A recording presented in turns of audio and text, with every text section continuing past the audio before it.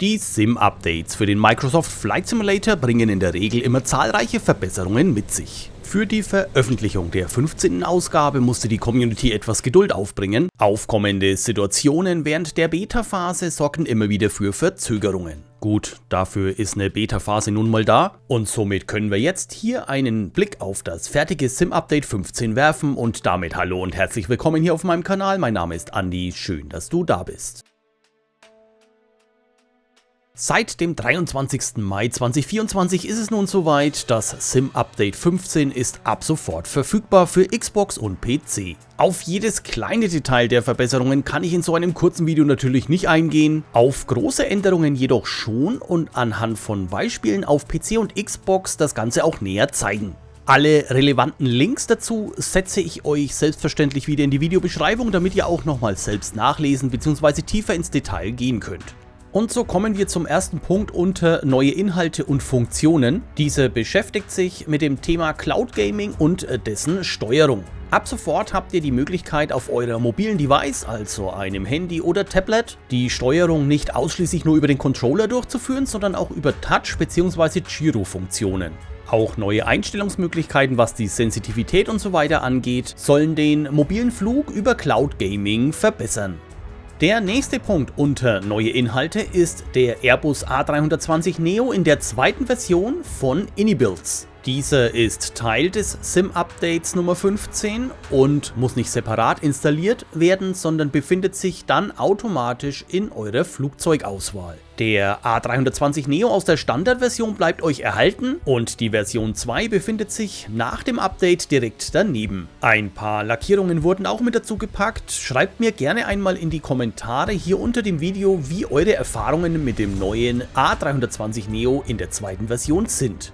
Der nächste Punkt hier in der Abfolge beschäftigt sich mit allgemeinen Fehlerbehebungen. Beispielsweise wurde ein Fehler behoben, bei dem Freunde gelegentlich doppelt in der Freundesliste aufgetaucht sind. Einer der wichtigsten Punkte ist jedoch in SIM-Update 15 die Verbesserung der Leistung allgemein.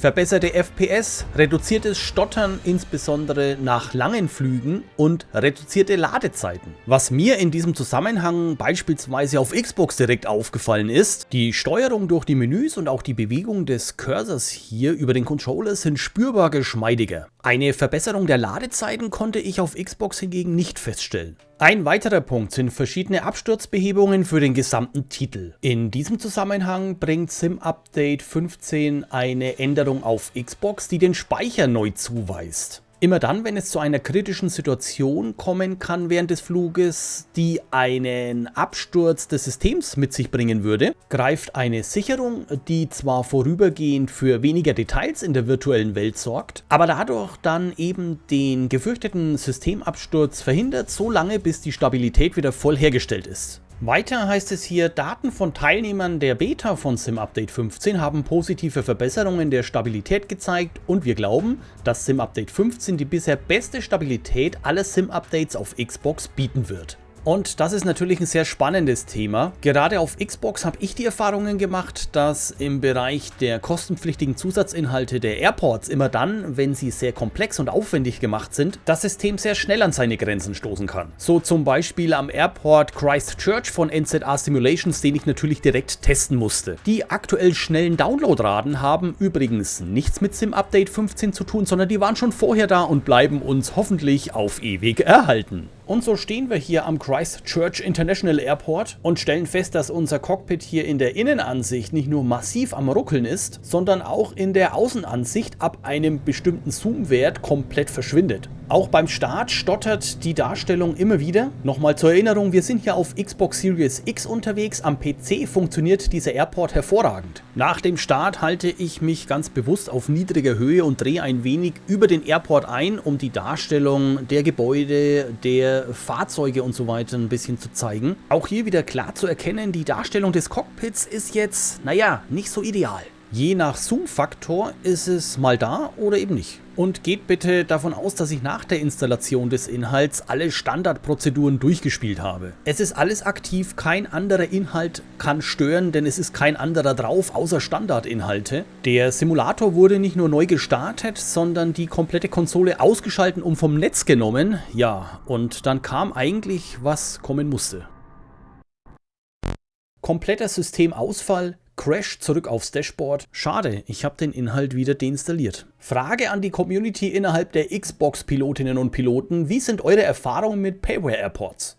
Und damit weiter in der Liste der Verbesserungen. Die ATC wurde beispielsweise verbessert und so sollen Anweisungen nicht mehr komplett verloren gehen. Die maximale Anzahl der im freien Flug sichtbaren Flugzeuge soll erhöht worden sein. Mal gucken, ob sich das auch in irgendeiner Art und Weise in unseren Community-Events auswirkt. Auch verbessert wurden die Spawn-Bedingungen von KI-Flugzeugen sowie deren Verhalten auf und um Flughäfen. Die Grenzwerte für gefrorenes Wasser wurden verändert, was zu realistischeren Darstellungen führen soll, Fehler bei Trainingseinheiten behoben und ausbleibende Erfolge korrigiert. Ein weiterer sehr großer Punkt war die Verbesserung der Navigationssysteme.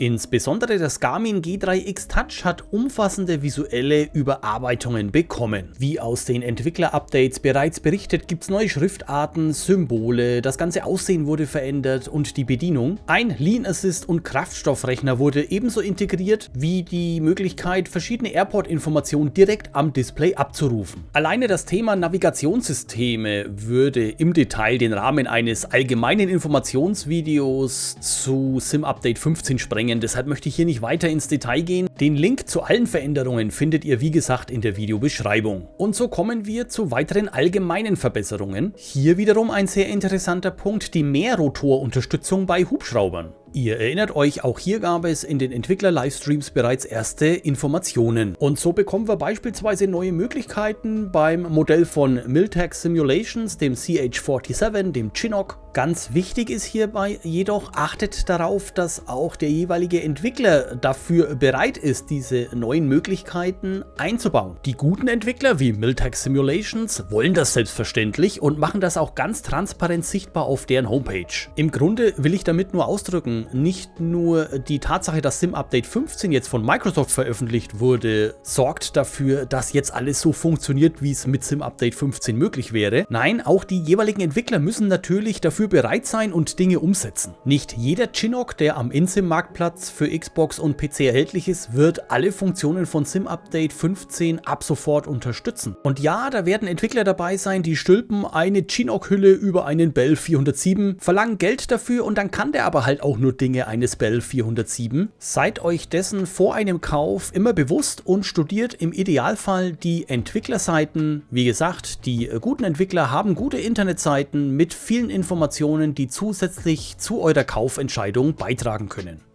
In den Steuerungsoptionen des Microsoft Flight Simulators ist auf jeden Fall alles vorbereitet. Hier beispielsweise auf der Tastatur, wenn ich auf die Helikoptersteuerung jetzt gehe, finde ich ab sofort, wenn ich den Filter entsprechend hier unten nicht auf die nur zugewiesene Darstellung, sondern auf Neu bzw. Alle stelle, die entsprechenden Einstellungsmöglichkeiten für beispielsweise nun 2 Gashebel.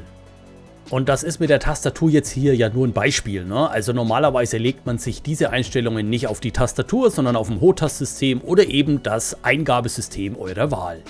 Neben der Mehrrotorunterstützung wurde unter den allgemeinen Verbesserungen auch Folgendes genannt: Erste Arbeiten zur Verbesserung der Übereinstimmung von Flugzeug- und Lackierungsmodellen mit Live-Verkehrsflugzeugen. Bedeutet, die Lackierungen sollen eher der Region und dadurch einem höheren Realismus entsprechen. Ein bekanntes Problem kann nach wie vor auftreten, und zwar, dass das Typenschild der KI-Flugzeuge teilweise einen falschen Flugzeugtypen darstellen kann. Man arbeitet auch daran selbstverständlich an einer stetigen Verbesserung.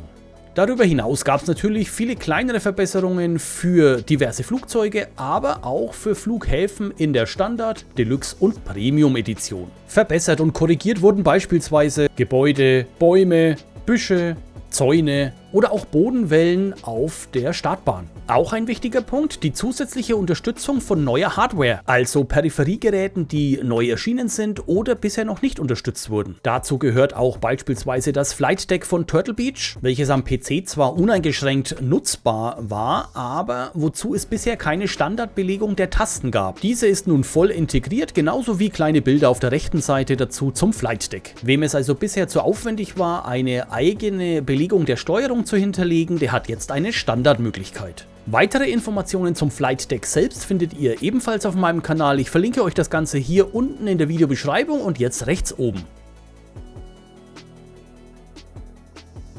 Weitere Verbesserungen innerhalb des Sim-Updates Nummer 15 gibt es auch beim Punkt WASM. In erster Linie unterstützt das die Entwickler bei ihrer Arbeit bei der Erstellung von Zusatzinhalten für den Microsoft Flight Simulator. Am Ende liegt es aber natürlich auch in unserem Interesse, also mit uns meine ich die Community, dass in allen Prozessen die Abläufe optimiert und verbessert werden.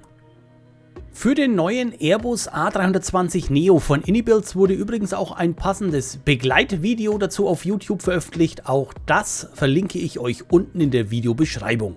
Die Lizenzvereinbarung für das kostenlose Top Gun Maverick Paket, welches eigentlich am 25. Mai hätte vom Marktplatz verschwinden sollen, wurde bis zum 25. Juli ausgedehnt. Wer den Inhalt noch nicht hat, kann ihn also bis zu diesem Zeitpunkt noch beanspruchen.